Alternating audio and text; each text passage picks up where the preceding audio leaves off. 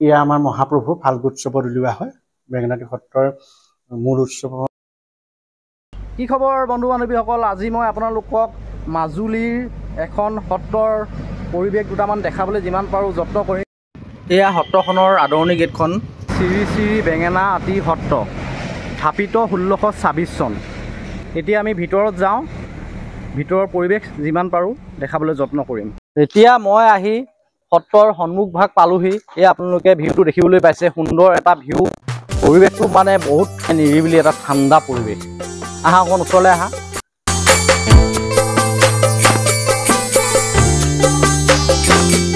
এয়া কীৰ্তন ঘৰ। বিশেষকৈ মানে আপোনালোকে ইয়াত ৰৈ পিনে বহুত ভাল পাব, হয় নাই? ঠাণ্ডা আছে জেগাডোখৰ। মোৰ লগত দাদা এজন আহিছে, কি ক'বা? ইয়াত তুমি ফাৰ্ষ্ট টাইম আহিছা নেকি?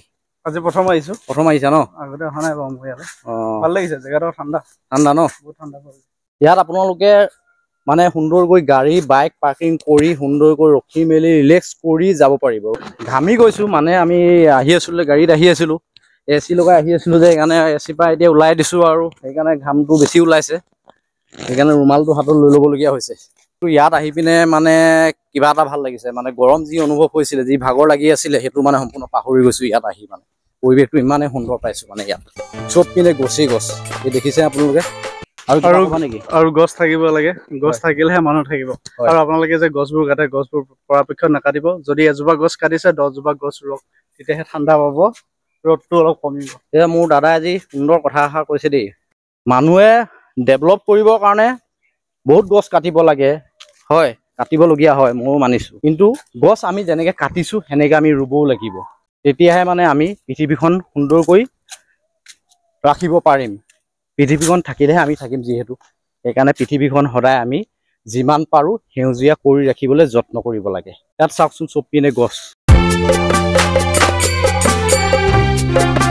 এতিয়া আমি কীৰ্তন ঘৰৰ ভিতৰলৈ সোমাই আহিব লৈছোঁ। কৃষ্ণ,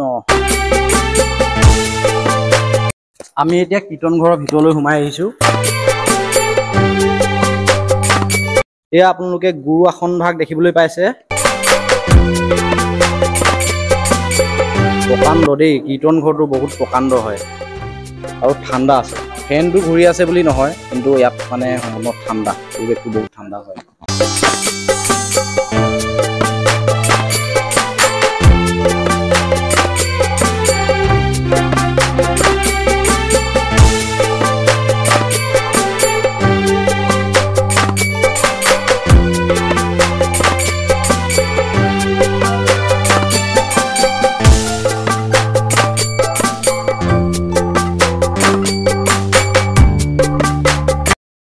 এয়া আপোনাৰ আমাৰ বাসুদেৱ কুন্দিল নগৰৰ পৰা আহিছিলে।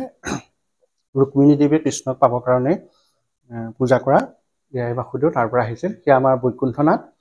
আমাৰ বেঙেনাআটী সত্ৰৰ প্ৰথম সত্ৰাধিকাৰ হ'ল মুৰাৰীদেৱ, শংকৰদেৱৰ আপোনাৰ নাতি। তেখেতে গৃহত উপাসনা কৰিছিল বৈকুণ্ঠনাথ। এয়া আমাৰ মহাপ্ৰভু ফাল্গু উৎসৱত উলিওৱা হয়। বেঙেনাআটী সত্ৰৰ মূল উৎসৱ ফাল্গু উৎসৱ, ফাল্গু উৎসৱত উলিওৱা হয়। এয়া আমাৰ ন বাসুদেৱ, শিৱসাগৰ মানে গেলেকী পুখুৰীত আছিলে। শিৱসাগৰ গেলেকী পুখুৰীত আছিলে, গেলেকী পুখুৰীৰ পৰা সপোন দেখুৱাই ইয়ালৈ অনা হৈছে।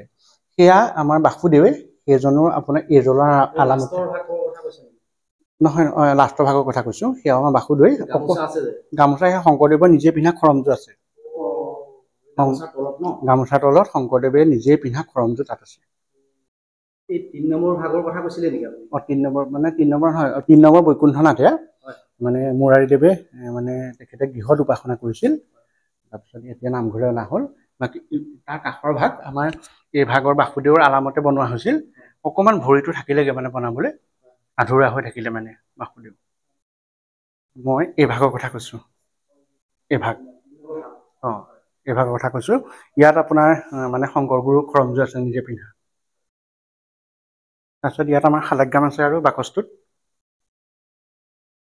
শালগ্ৰামটো আমি দেখাব নোৱাৰিম, শালগ্ৰাম আছে। বন্ধু বান্ধৱীসকল, ভিডিঅ'টো ইয়াতে আৰম্ভ কৰিছিলোঁ, তাৰপিছত ইয়াতে সমাপ্ত কৰিবলৈ লৈছোঁ। ৰুমালখন আজি লৈ আছোঁ, মানে গৰম যিটো হৈছে ন, গৰমটো যিটো হৈছে সেইকাৰণে লৈ থাকিবলগীয়া হৈছে। তেও ইয়াত বহুতখিনি গৰম কমেই বাৰু। তাৰপিছত ভিডিঅ'টো থুলমূলকৈ বনাই থ'লোঁ, কেনেকুৱা লাগিলে জনাব আৰু যিমান পাৰে মৰম দিব। Thank U.